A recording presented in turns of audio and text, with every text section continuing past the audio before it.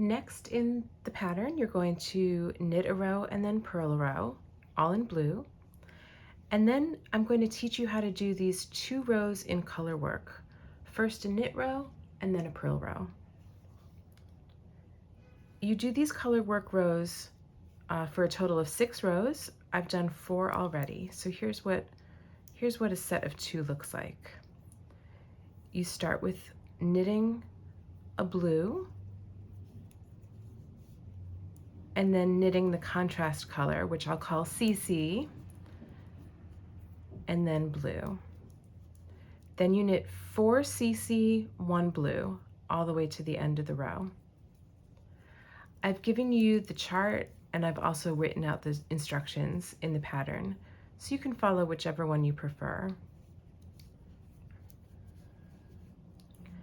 Now, when you're holding the yarn in back of the work, you're going to connect this blue stitch to this blue stitch by pulling the blue yarn gently. If you pull it too snugly, then you're going to have it'll be scrunched up and it'll be puckered and you'll be unhappy. So definitely be mindful whenever you're carrying strands behind the work. Just spread out the stitches a little bit. I do this kind of subconsciously at this point, after every time I'm carrying the thread over.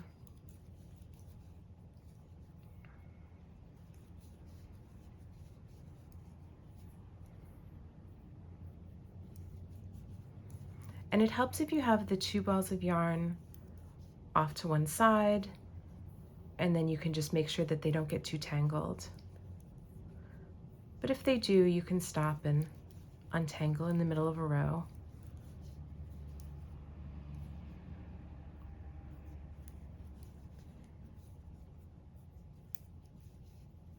So as you can see, what I'm doing is I'm dropping the yarn and picking up the next color. If you want to hold both colors in your hands at once, that is also an option. It's a little bit more advanced.